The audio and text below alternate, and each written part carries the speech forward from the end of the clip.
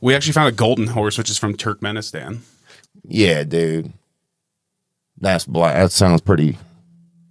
Yeah, oh, wow, that thing. God. Does that thing have an OnlyFans? That thing's fine, bro. My God. Damn. Oh, my God, bro. It's kind of crazy.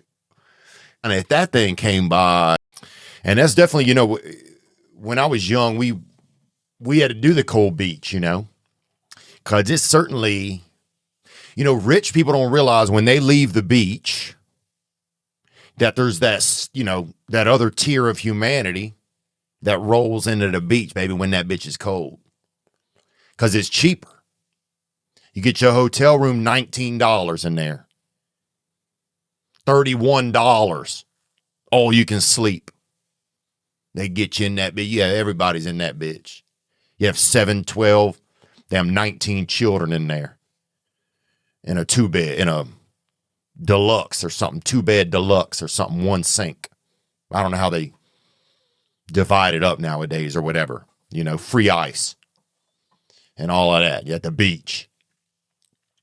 And I remember, man, we'd go down to the cold beach and, and mom tries to act like it's going to be, it's fine, it's warm. And nobody's out there except other poor, just people don't even know how to use the beach, People don't even know what's going on. Some guy out there eating sunscreen with a spoon. People that shan't be even at the beach, and they out there. Poor people just building sand apartments. You see that they have and the kids will make like a sand cop car, and then they'll have a sand father getting put into the cop car he'll make. Like, damn, bro. So you see a lot of when poor people hit the beach, it's a little bit different. A lot more people come out there with attack dogs. You'll see, somebody out there with a big attack, with a Rottweiler. And he's out there, catching crabs and shit. He's out there, them Rottweilers are powerful too. They'll run half, into the waves and come out with just a damn sturgeon in their mouth. You send a dang, what are those dogs, Zach, that kill people every year? Pit bulls? Yeah, you'll see somebody out there have a pit bull run out into the water. He'll come back with 4 Frisbees and a damn mackerel. And a couple of, and his hair cornrowed. You see that shit, That's when poor people hit the beach. That's when it's cold. And people don't realize that. There's no sun out there. It's mostly just crabs and a lot of jellyfish. A lot of high fructose jellyfish too. And they out there. But people forget that, what it's like. Yeah, nothing like a trip to the cold beach. My mother would take us over there to Biloxi, Mississippi. And I don't even know if this beach was incorporated. It might have still been barely a LLC, if that. I mean, they had like a lot of the water by the edge had like, my dad used to let me drive his Cutlass. He had a Cutlass. And I would drive that bitch and it probably weighed maybe, I don't know how much a car weighs, 3,000 pounds or something. How much does a car weigh, Zach? Can you pull that up?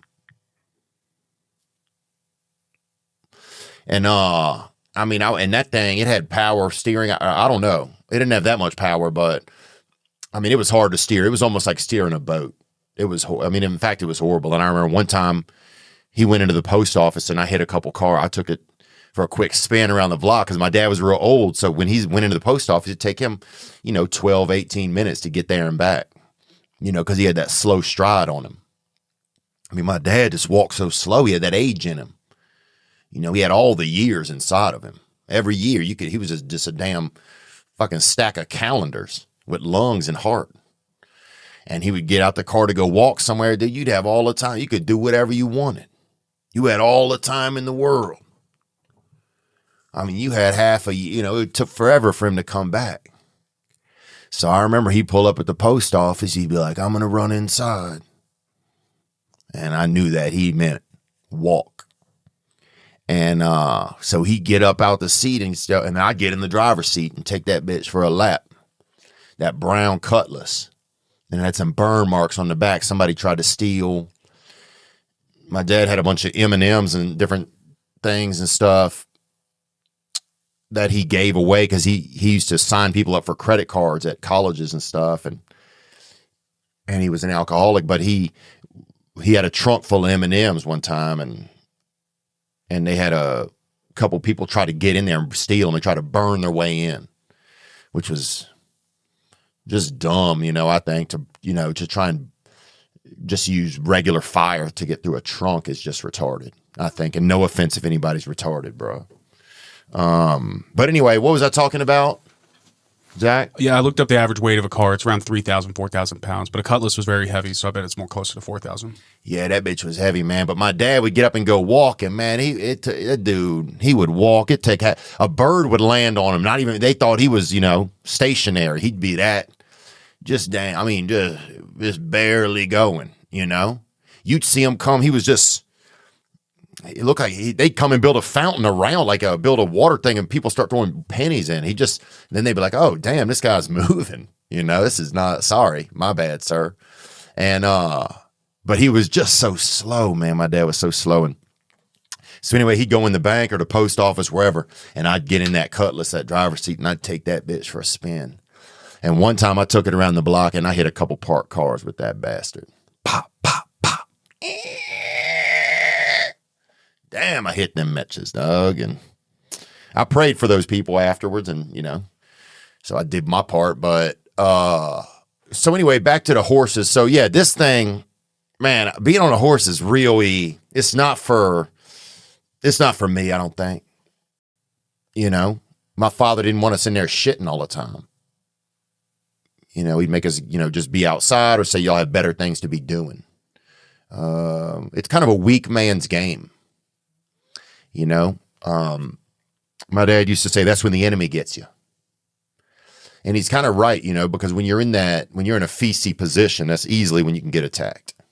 And we had this one fella in our area, this kid, Bennett was his name, Bennett. And I don't know what it stood for, or if it might not have stood for anything. It could have just been, it just was Bennett.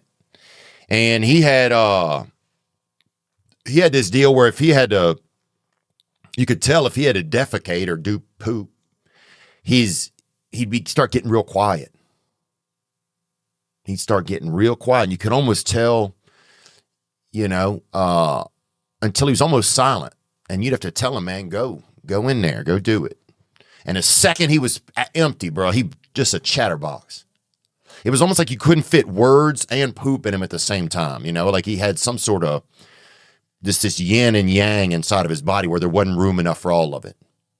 Because you'd catch him after lunch and he'd be a little quieter. And then after dinner, if he hadn't gone to the bathroom, if he'd just forgotten to go and he just fell asleep in the morning, he'd just be almost damn deaf. He'd just be almost a damn mute, bro.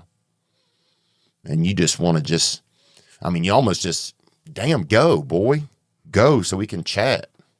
But yeah, Bennett, he wouldn't, and people would get on him. They'd be like, say something, bro. Say something or go shit. One or the other, Oh, Bennett, huh? Oh, silent Bennett.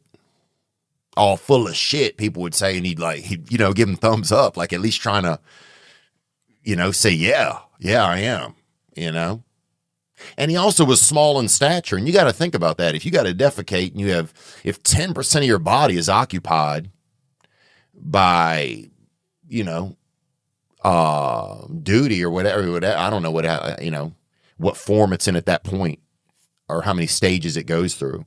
But you got to think, damn, yeah, that's going to take up some time. That's going to take up some space. That takes up a little bit of hard drive, I think.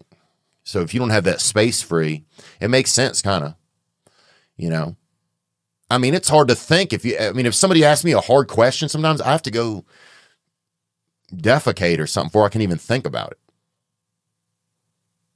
And I don't think that makes me dumb or anything, but I think it kind of makes me I just got to hedge my bets. I just have to give myself the best case scenario. Because it does make sense if your body's using energy to do one thing, it's not going to have energy to do another thing. That's why I think you always got to go if you can, if there's something big coming up in your life, a wedding, a birth, driver's ed test, gun safety or whatever. You got to defecate before you roll in there. You can't be saying I do to somebody at a wedding when you haven't. So, see what God wants, baby. What else? We got some great calls that came in. I want to thank everybody that's come out to support the show. The show, man, the tour has been really getting good, and that's been nice. That some listeners can give feedback to, I think there's like a rule of thumb when it comes to incest, and I don't know what it is, though. What's the rule of thumb? Can you Google that, please? What's the rule of thumb with incest? Yeah, I can Google that. Are you talking about like what's legal? Because I know some states second cousin is legal. Well, I'm pretty sure that I believe first cousin is legal. No. Second cousin. I mean, I think it depends on what browser you're using then, because 24 states prohibit marriages between first cousins. So I'm going to go out on a limb, or I'm going to go out on a limb here. Okay. Here we go. Cousin marriage legal. I'll tell you where it's legal. Texas, California, Colorado, New Mexico, Alaska, Hawaii, Alabama, Tennessee, Georgia, Florida, New York. Wow, that's a really that crosses like political lines and everything. My thing is this, man. Here's how you know if you shouldn't have sex with a sibling, well, not a sibling, but someone who's first of all, you're at a family reunion, bro. Maybe not a good place to even consider sex.